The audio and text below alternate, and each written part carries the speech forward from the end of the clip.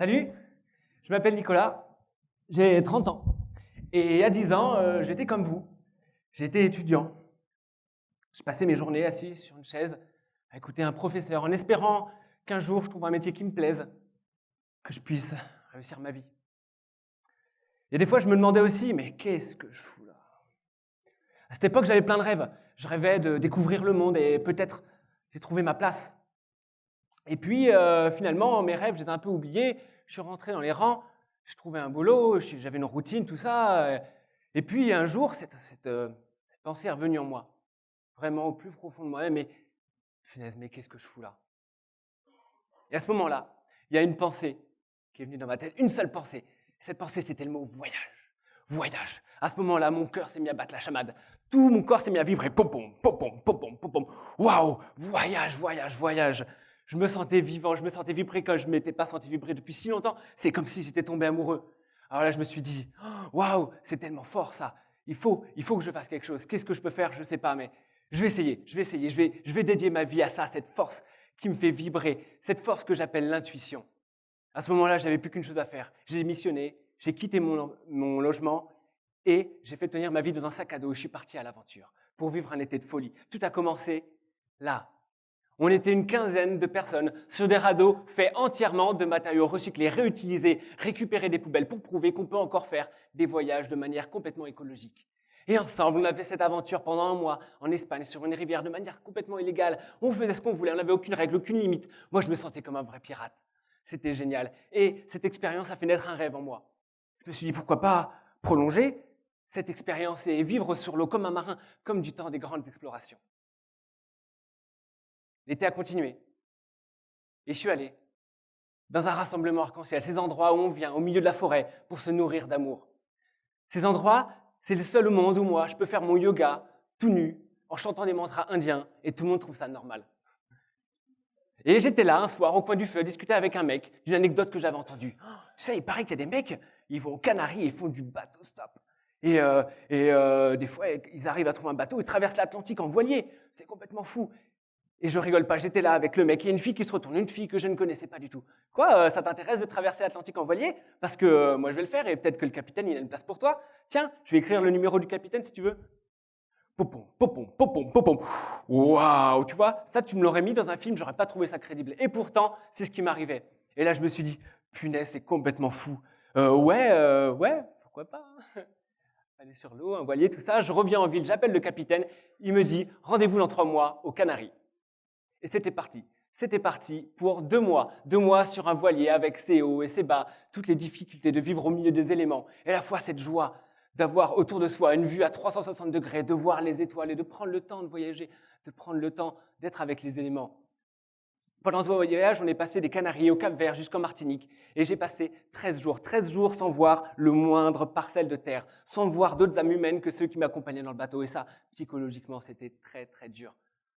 Donc il y avait ces moments durs, mais à la fois, je vais vous montrer quelque chose qui était fantastique. Quand on navigue sur l'Atlantique, c'est pour prendre sa douche. Quand on prend sa douche sur l'Atlantique, ça ressemble à ça. Mais allez Nico, C'est bon? ça filme, vas-y.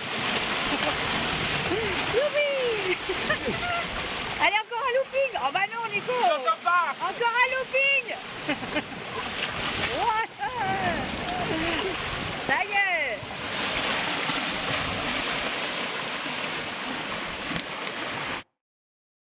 Donc après 2 mois sur la mer, j'arrive en Martinique. Les Caraïbes, cet endroit sur Terre où il fait toujours chaud. Et là, je peux vivre, des fois torse nu, mais en t-shirt, tout le temps. Et enfin, j'arrive à me guérir de cette sinusite que j'avais depuis que j'étais petit. Enfin, j'avais plus froid. C'était génial. Je passe 2 mois en Martinique avant d'avoir envie de bouger. Et puis, je vais au port pour voir s'il y a peut-être des annonces. Et là, je tombe sur un petit mot. Jeune skipper, cher coéquipier, pour aller à Cariaco. Cariaco, j'avais aucune idée d'où c'était, mais j'avais mon cœur qui tremblait. Pom-pom, pom-pom, pom-pom, pom-pom. Je me sentais super vibrer. J'appelle le mec, il me donne rendez-vous le lendemain et on part pour Cariaco. On arrive pile poil pour le carnaval. Alors le carnaval, c'est la fête du printemps. Mais dans les Sud Caraïbes, là où j'étais, on la célèbre d'une manière particulière. Alors toute la nuit, on se jette de la peinture et on danse derrière des murs d'enceinte. Mais on ne danse pas n'importe quoi. Donc là où j'étais, en tout cas, on danse la soca. Pour ceux qui ne savent pas ce que c'est que la soca, c'est une danse très conviviale. Je vais vous montrer. Donc il y a la fille qui est devant comme ça. Et il y a le mec derrière, comme ça. Oh, c'est génial, qu'est-ce qu'on s'est amusé, moi j'ai passé un super moment. Le lendemain du carnaval, je retrouve une fille qui m'invite sur l'île de Grenade et je la retrouve là avec son compagnon et ses 2 enfants. On devient vite amis et avec cette petite famille, j'apprends à vivre sur les Caraïbes. Ils m'invitent chez eux et vous voyez, cette petite famille vivait dans 10 mètres carrés. Alors je ne sais pas si vous savez ce que c'est que 10 mètres carrés, mais pour avoir vu leur petite maison, voilà, ça ressemble à ça. C'est la place où tu peux mettre un lit de place avec des vêtements dessus, une gazinière et un couloir grand comme ça. Et alors, c'était surprenant que cette famille, de leurs 10 mètres carrés, était très heureuse. Ok, c'est les Caraïbes, il fait toujours chaud, leur jardin c'était la nature tout autour, mais en attendant, cette famille, elle savait se satisfaire de ce qu'elle avait. Elle savait apprécier ce qu'elle avait. Et ça, c'est une valeur que j'ai appris avec eux et durant tout mon voyage, en découvrant tant de cultures, c'est que on peut se satisfaire de ce qu'on a, même se satisfaire de peu, mais en tout cas apprécier ce qu'on a au lieu de toujours vouloir plus. Après ça, j'ai pris d'autres bateaux, je suis allé à Trinidad, et puis je suis arrivé au Venezuela. Enfin, j'ai pu faire mon voyage écologique pur. J'ai pu arriver de l'Europe jusqu'aux Amériques, un peu comme Christophe Colomb. Ça m'a pris 6 mois. Mais alors, moi, j'ai relevé mon défi, j'étais si content. Bon, le Venezuela, c'était un peu le bordel, je suis vite allé en Colombie. Et en Colombie, j'ai découvert une nouvelle famille. Cette famille, c'est les gens qui, comme moi, vivent et voyagent pour vivre leur passion. Ce sont des musiciens, des jongleurs, des artisans. Partout où ils vont, ils déploient leur art, ils le montrent, ils le vendent, ils font un peu d'argent, ils continuent leur voyage. Et cette nouvelle famille, ils m'apprennent à faire le sémaphoro. Sémaphoro, en français, c'est le feu rouge. Alors, moi, je me mets devant le feu rouge avec ma balle, je fais mon spectacle pendant que les voitures attendent. Et puis, avant que le feu passe vert, je passe mon chapeau. Et puis, les voitures partent. Et je continue comme ça. Et pour la première fois de ma vie, je pouvais gagner ma vie honnêtement en faisant ce qui me plaît. Et ça, c'était une véritable révolution pour moi. Ce mode de voyage, ce mode de spectacle, je l'ai importé en Europe et je continue à en vivre de temps en temps. Et c'est vraiment génial.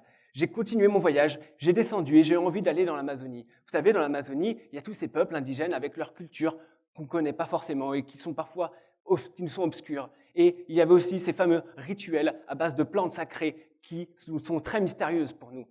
Et vous voyez, il y a quelque chose que j'ai appris là-bas, c'est qu'il y a pas mal de plantes qu'on utilise chez nous, dans nos sociétés, qui créent des maladies et même la mort. Je parle du tabac, mais pas que. Eh bien, dans ces cultures, on sait utiliser ces plantes, non pas pour créer des maladies, mais pour guérir, exactement l'opposé. Alors je me suis dit, peut-être que nous, avant d'utiliser ces plantes, on pourrait apprendre de ces cultures, de ces traditions, pendant que eux apprennent de nos technologies et de notre science. Peut-être que ça me paraissait être un défi pour le XXIe siècle. J'ai passé plusieurs semaines dans la forêt avant d'avoir envie de changer d'air. Les moustiques, j'en avais un peu marre. Et puis, j'avais un rêve, c'était de faire un trek en solitaire. Alors je suis parti au centre du Pérou, près de Huaraz, pour monter à plus de 4000 mètres d'altitude. Mon défi, c'était de monter seul, dépasser les 4000 mètres et même de dépasser les 5000 mètres. Donc après, là, on était à 4006 et puis moi, j'ai continué à monter jusqu'à 5000 et là, j'ai découvert un silence si pur, si beau autour de moi à 360 degrés, des pics enneigés, des cols. J'étais dans cette si belle solitude, mais à la fois si pesante parfois. Moi, je fais le choix de toujours voyager seul, parce que je voyage pour me connaître et mieux connaître le monde. Mais à la fois, je sais que quand cette solitude me pèse, c'est qu'il est temps d'aller retrouver ceux qui me comprennent. Et ceux qui me comprennent, ceux qui vivent comme moi, je sais où les trouver. On appelle ça une rave party, une fête trans, psychédélique, appelez-le comme vous voulez. Mais c'est un endroit où on vient pour danser ensemble sur musique électronique, sentir comme une tribu, comme nos ancêtres, à danser autour du feu. Ensemble, on partage des valeurs de joie, d'harmonie, de paix. Et ensemble, on veut célébrer la connexion avec la vie, avec la nature, avec l'univers. Peut-être qu'on peut prendre des produits psychédéliques, mais pas pour fuir la réalité, mais pour mieux la connaître, pour mieux se connaître. Et puis, dans cette troupe de fous, il y a cette fille, une Française. Elle me dit... Hey Nicolas, si tu veux, quand on rentre en France, je te vends mon camion. Wow, voyager en camion? Ouais, j'avoue, là, j'en ai un peu marre de voyager en sac à dos, ce serait top. C'est un rêve de gosse, ça, mais alors, rentrer. J'étais parti avec la ferme conviction que je rentre ou que je rentre pas, ça ne m'intéressait pas, mais il était possible que je ne rentre pas. Et là, je commençais à me dire, ah ouais, pourquoi pas? Mais alors, je ne suis pas du tout prêt. J'étais pas prêt, je voyageais depuis des mois, mais je n'étais pas allé au bout de ce que je cherchais. Alors, coup que coûte, j'ai continué. Je me suis mis encore au défi de traverser le Brésil en stop. Alors, le Brésil en stop, c'est une catastrophe. Il n'y a que les camionneurs qui me prenaient. J'étais sous 40 degrés avec mon chapeau. Ok, c'était très dur. Mais voilà, j'ai réussi à rejoindre l'Atlantique. Et vous me voyez là, plus heureux que jamais. J'avais la liberté. Enfin, j'étais arrivé.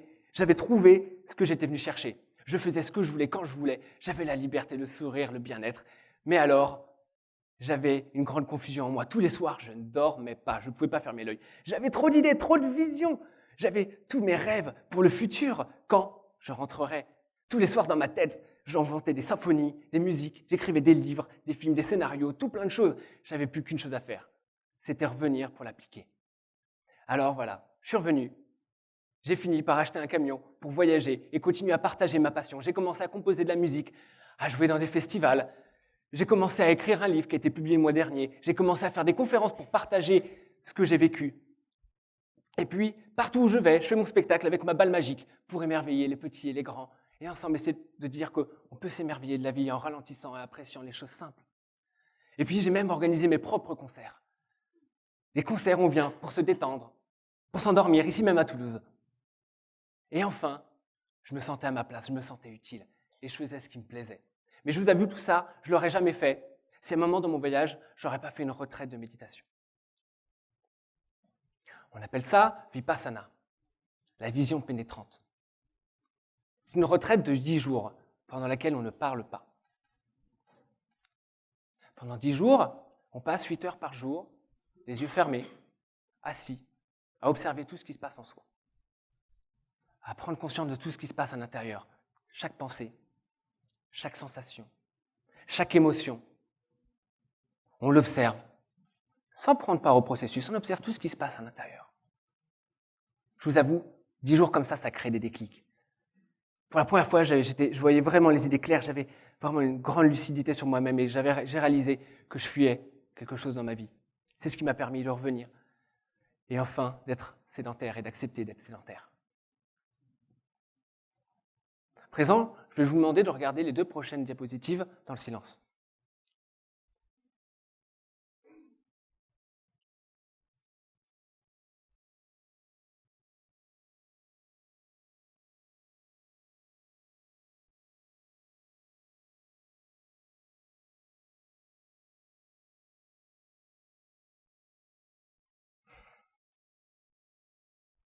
Vous voyez ça?